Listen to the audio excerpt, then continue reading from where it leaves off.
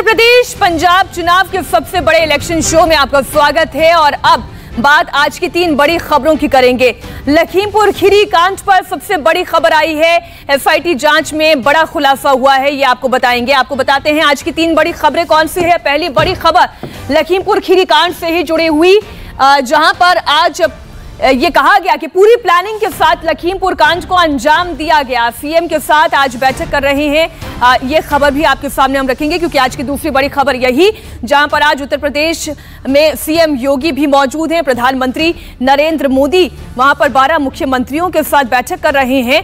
अखिलेश यादव ने प्रधानमंत्री पर लक्ष्मण रेखा क्रॉस करने के साथ ही एक ऐसा बयान दिया जिसे लेकर विवाद खड़ा हो गया। ये खबर भी आपके सामने होगी। और तीसरी बड़ी खबर जो मैंने आपको बताई कि प्रधानमंत्री पर अखिलेश यादव ने लक्ष्मण रेखा को लांघ दिया और क्या बयान उन्होंने दिया, पूरी डिटेल के साथ खबर रखेंगे आपके सामने। लेकिन सबसे पहले आज की बड़ी खबर लखीमपुर कांड को लेकर एसआईटी जांच में बड़ा खुलासा हुआ है। ये बड़ा खुलासा क्या है, आइए आपको बताते हैं। जांच में एसआईटी ने हत्या की सोची समझी साजिश इसे माना है। आशीष मिश्रा पर जांच के बाद धाराएं बदली गई है। आरोपियों पर प्लानिंग के साथ कुचलने का आरोप लगा है।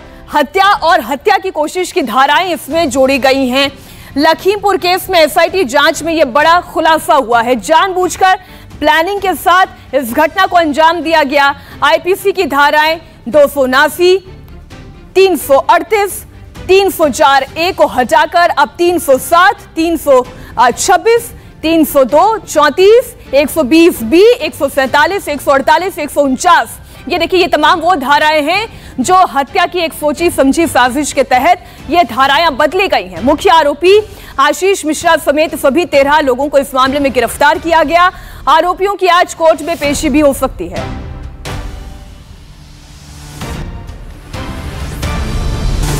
लखीमपुर हिंसा पर एसआईटी की रिपोर्ट को लेकर समाजवादी पार्टी के अध्यक्ष और उत्तर प्रदेश के पूर्व मुख्यमंत्री अखिलेश यादव का रिएक्शन सामने आया है।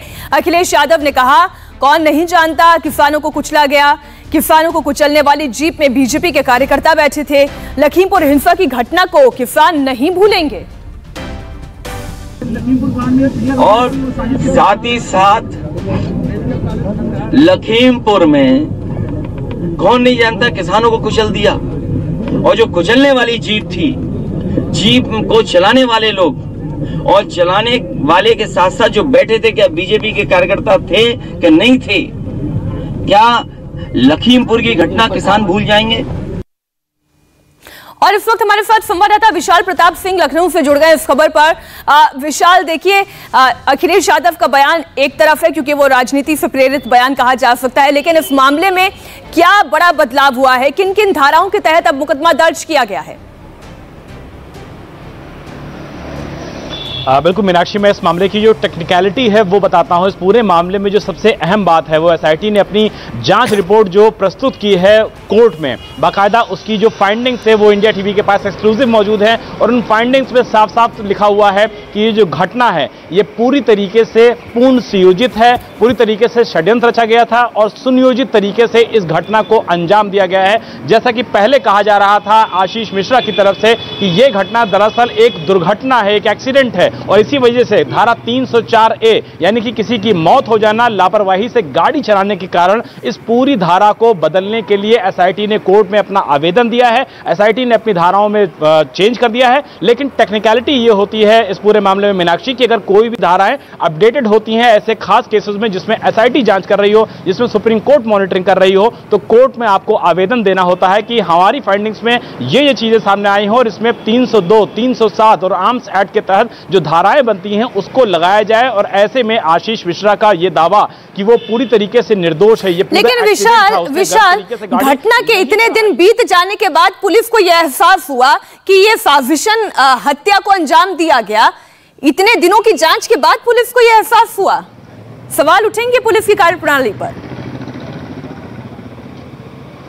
देखिए मीनाक्षी, जिसका भी आपने जिक्र किया, इसकी लेकर के सुप्रीम कोर्ट ने भी बाकायदा उत्तर प्रदेश सरकार को फटकार लगाई थी और यह कहा था कि जिस तरीके से आप इस पूरे मामले की जांच को कर रहे हैं उससे हम बहुत ज्यादा सेटिस्फाई नहीं है। यही वजह है कि एसआईटी के जो सदस्य हैं उनमें बढ़ोतरी की गई, उनकी जो संख्या है वो बढ़ाई गई और उत्तर प्रदेश के सीनियर ऑफिसर्स को सुप्रीम कोर्ट की तरफ से अपॉइंट किया गया और कहा गया कि एक टाइम फ्रेम तय कीजिए ताकि जो जांच हो रही है उससे हमको अवगत कराइए। और सुप्रीम कोर्ट ने 2 बार उत्तर प्रदेश सरकार को कोर्ट में फटकार लगाई थी कि आपकी जांच की जो प्रोसेस है, जो उसकी प्रगति है, उससे हम खुश नहीं हैं। जिसके बाद उत्तर प्रदेश पुलिस ने इस पूरे मामले में न सिर्फ तेजी लाई बल्कि एसआईटी ने भी 2 महीने के जो आसपास का समय है उसको समय लेते हुए इस पूरे मामले में जो फाइंडिंग्स है वो दाखिल की हैं कोर्ट में। बिल्कुल विशाल, पूरी जानकारी के लिए आपका शुक्रिया। और अब दर्शकों को हम दिखाते हैं एसआईटी की वो रिपोर्ट जिसका जिक्र हमारे संवाददाता विशाल भी कर रहे हैं। वो आपके टीवी स्क्रीन पर लखीमपुर कांड का पूरा सच इस कॉपी में नजर आ रहा है। धाराएं जो बदली गई हैं वो आप यदि पढ़ सकें तो देखिए, ये धाराएं बदली गई हैं और एसआईटी की रिपोर्ट में अब हत्या की साजिश का मामला और हत्या का मामला इन धाराओं के तहत ये दर्ज किया गया है। एसआईटी की जो ये कॉपी है, जो ये रिपोर्ट है, वो इस वक्त हम आपके सामने रख रहे हैं। इसमें जो जो धाराएं लगाई गई हैं वो अब हत्या और हत्या की साजिश की धाराएं लगाई गई हैं। पूरा प्लान बनाकर किसानों को कुचला गया और जैसा कि अभी थोड़ी देर पहले हमारे संवाददाता विशाल प्रताप ने कहा कि एसआईटी में सदस्यों की संख्या बढ़ाई गई, जांच में रफ्तार लाई गई और उसके बाद अब जो कहानी निकलकर सामने आ रही है वो ये कि हत्या की एक सोची समझी साजिश थी। उस गाड़ी को जानबूझकर इस तरीके से आगे बढ़ाया गया कि लोगों की जान जाती और जो किसानों की मौत हुई है वो साजिशन हुई है, ये हत्या है। एसआईटी की रिपोर्ट में अब आशीष मिश्रा फंस गए हैं। इलेक्शन शो में आज की दूसरी बड़ी खबर, वाराणसी में प्रधानमंत्री मोदी 12 राज्यों के मुख्यमंत्रियों के साथ संवाद कर रहे हैं। इस मीटिंग में बीजेपी के शासन वाले 12 राज्यों के मुख्यमंत्री अपने कामकाज का लेखा जोखा दे रहे हैं। इस कॉन्क्लेव में 12 सीएम और नॉन डिप्टी सीएम शामिल हैं।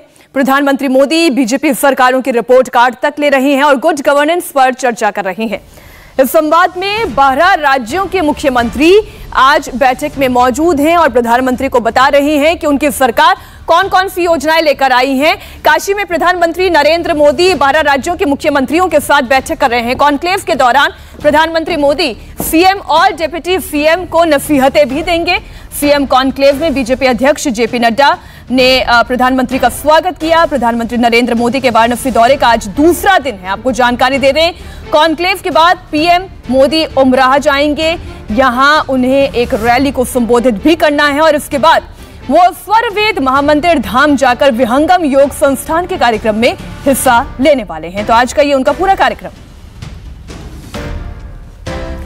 मुख्यमंत्रियों के साथ बैठक से महज कुछ घंटे पहले प्रधानमंत्री मोदी ने आधी रात को बनारस की सड़कों पर विकास कार्यों का जायजा लिया। सीएम योगी के साथ प्रधानमंत्री मोदी जब काशी की सड़कों पर निकले तो भीड़ जुट गई। मोदी जिंदाबाद के नारे लगने लगे। आप पहले आवाज सुने।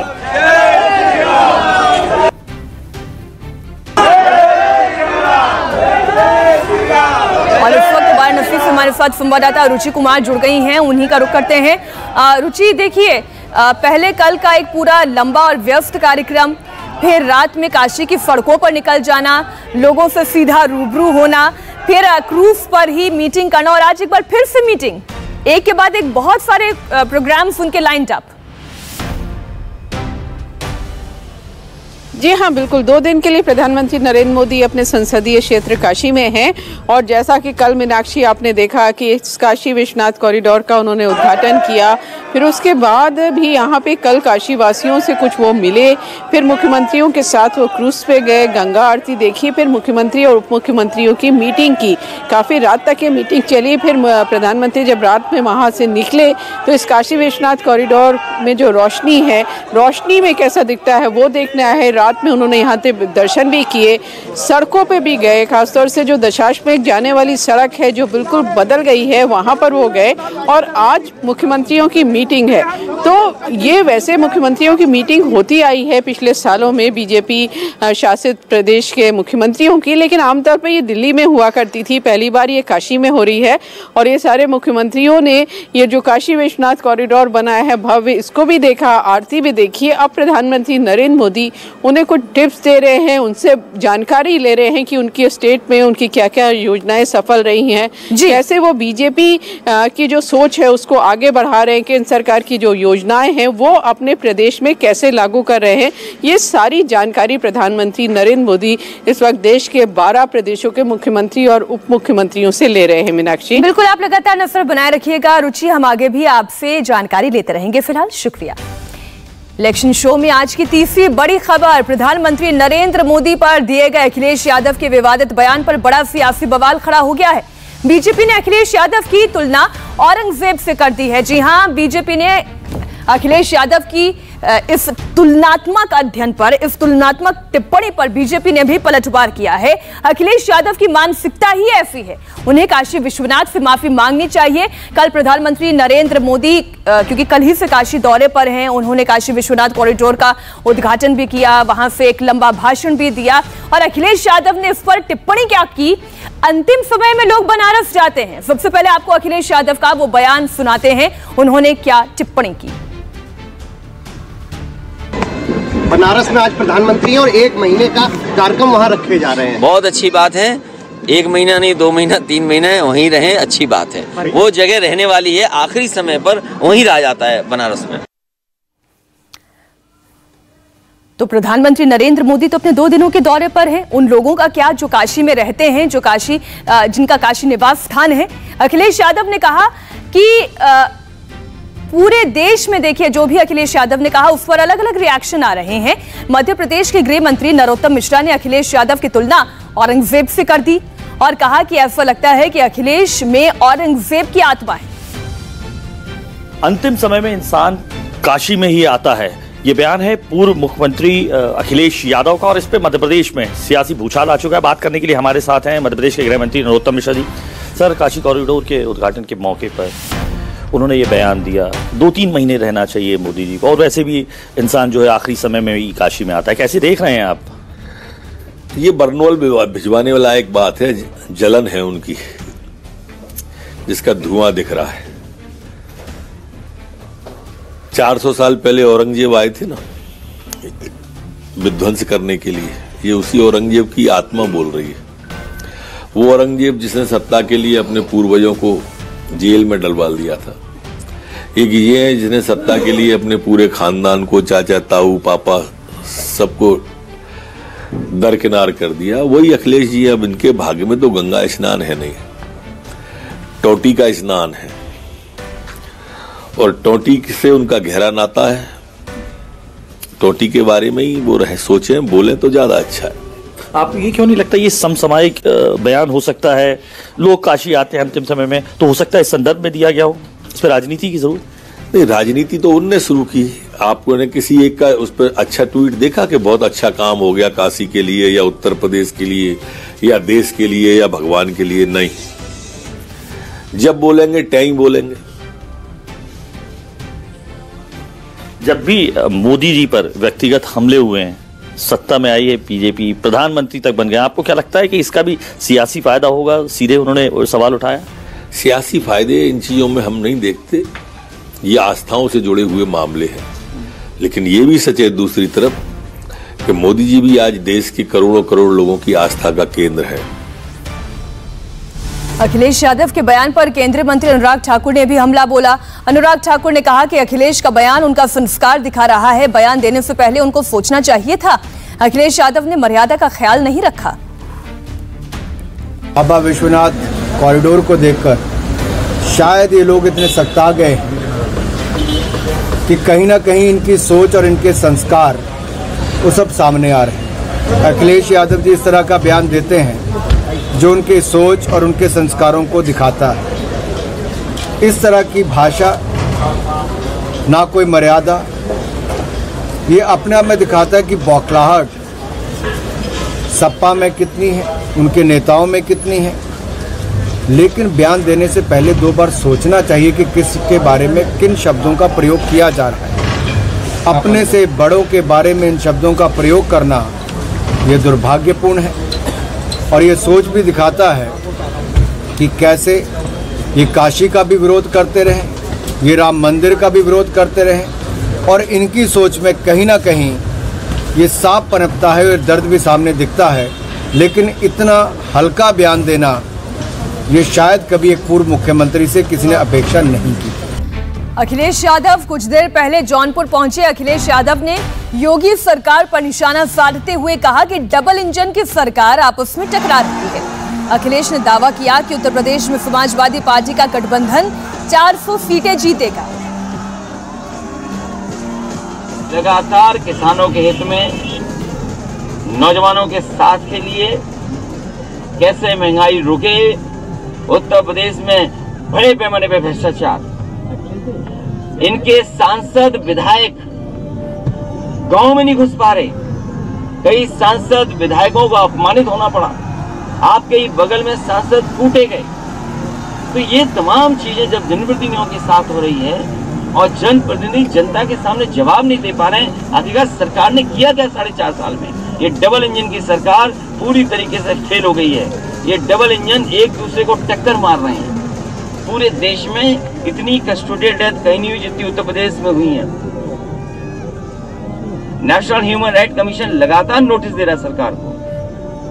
तो ये कानून व्यवस्था है, कानून व्यवस्था को चौपट कर दिया उन्होंने। इंडिया टीवी हर वक्त हर जगह डाउनलोड करने के लिए सर्च करें India TV news Google play store या ऐप स्टोर पर।